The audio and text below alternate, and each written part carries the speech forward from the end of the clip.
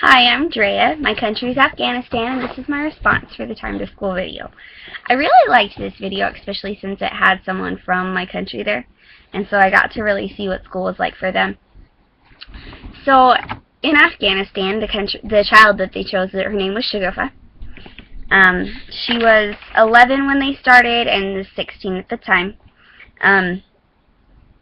And so they're in Afghanistan. A third of the children are not in school, and most of those are girls. And the Taliban actually hates women having education, and so they try to stop it. And so they have to have really strong security at the schools and everything like that to try to keep the girls safe while they're there, so that the Taliban doesn't bomb them or whatever. And they've had that all the time just to try to get the women out of the schools. So it's just really dangerous, and so that makes it really hard for girls to go to school there. And for Shagufah, she used to have to go to school in Pakistan because it was safer there, because it just wasn't okay to go in Afghanistan at the time. But Shagufah loves school. She thinks it sets you up on the right path. She sees the importance of it and just wants to study all day long. Like, she doesn't care about playing or anything. She just wants to study. But in her family, there's 13 kids, and so it's really hard for her to have the time to study, because in Afghanistan the boys don't do any housework, and it's all up to the girls. And so with 13 kids, she has to do a lot. And so there's a big burden on her, and so there's not a ton of time to do homework or anything like that. So it's kind of hard for her to stay up in school, but she's trying really hard and wants to continue. So I think that's really cool. And then it said that by her age, which was 16, 3/4 of the girls her age have dropped out, which is really sad.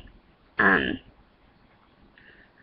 then one thing that I really liked from her is she said that their family was grateful to Allah for making them Muslim, which I thought was really cool, because I don't really think about it like that, I guess. I think of it as my choice to be a Mormon, and you know, I'm grateful for it, and I'm really glad that I found the gospel and I know it and everything like that, and I'm really thankful to God for all He does, but I don't think of it as His call to make me Mormon, I guess, which I probably should, because He's the one that put me in my family, that we're members and everything like that, so He gave me those blessings, but I just thought that was an interesting way to put it, I guess.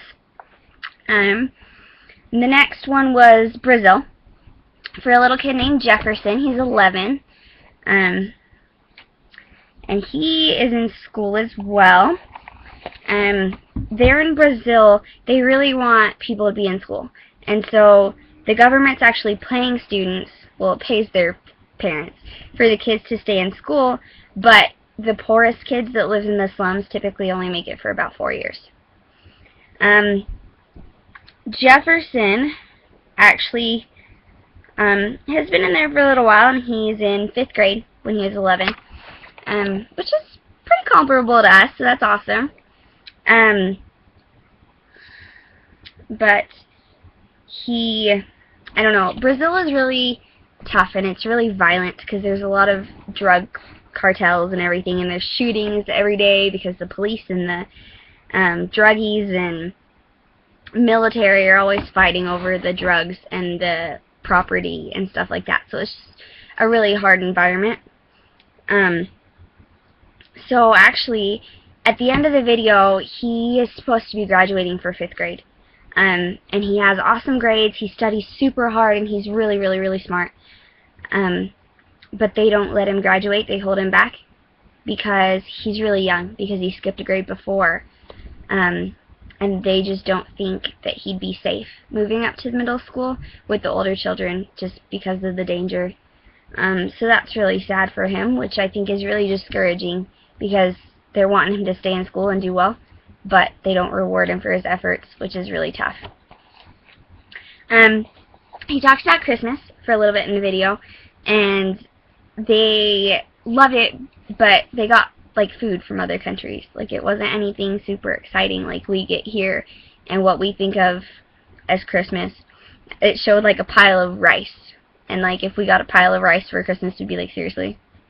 So it's just kind of eye-opening. They also had Santa fly in and they get one toy from Santa, and that's the only, like, actual gift they get for Christmas. And that was a huge deal for them. And they have to fly him in to keep him safe, and he's, like, government protected, I guess, whenever he flies in, just because it's so dangerous there. Let's see.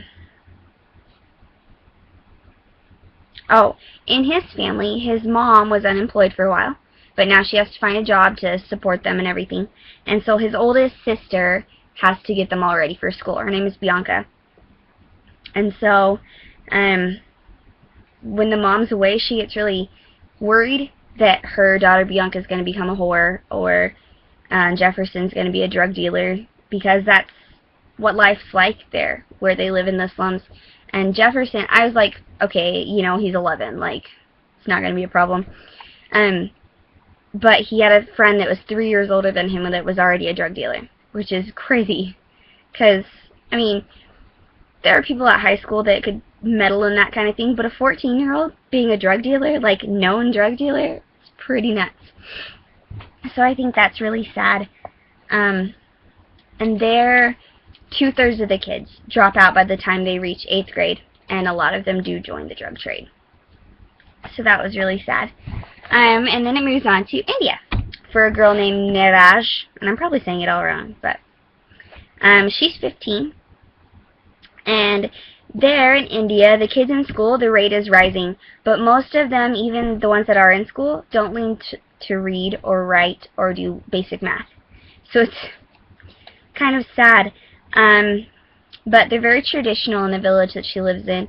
So women rarely go to school. It's all about housework and stuff like that. Her family's herders. They herd sheep.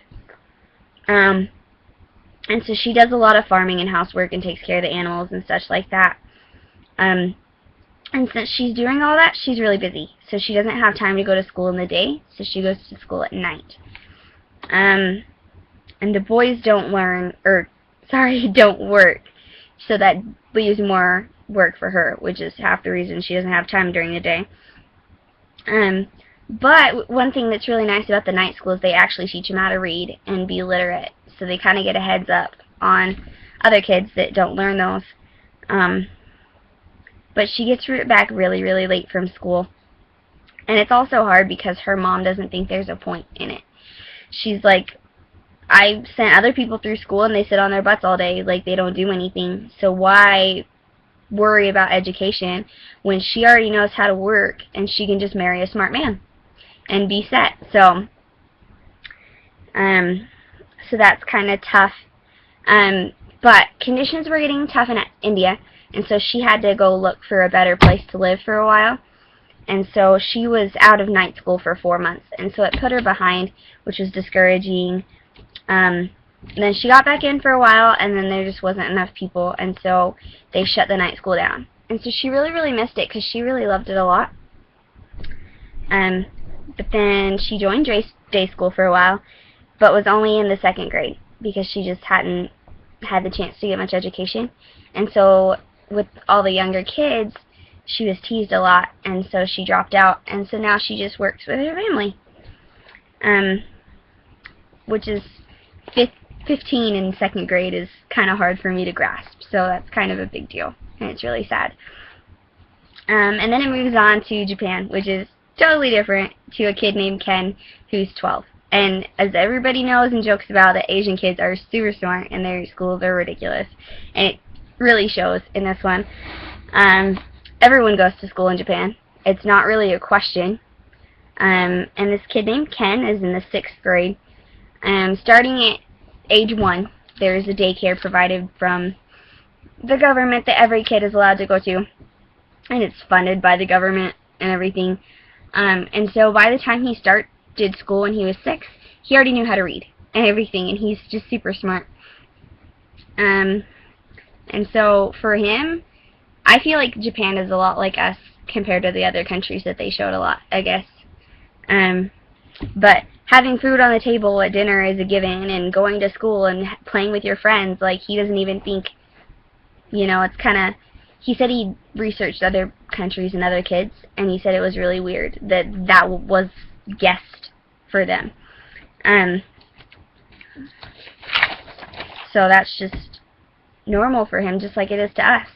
And learning about all these countries in this class, it kind of hits me the same way. Like, I mean, I know not every country's doing as well, but you don't ever really look into it like we do in this class and see the depth and how sad it is. Like, I don't know, it's just kind of crazy to see that. And so, I've enjoyed this video and getting to see what it really is like, and that's not just stories that we hear, but that's real life for them, that there's shootings and wars and bombings and question of whether you can go to school, or if you go to school, if you'll be safe there, you know, and we don't have to worry about that. So it's been really eye-opening, and I've enjoyed it a lot. So that's time for school.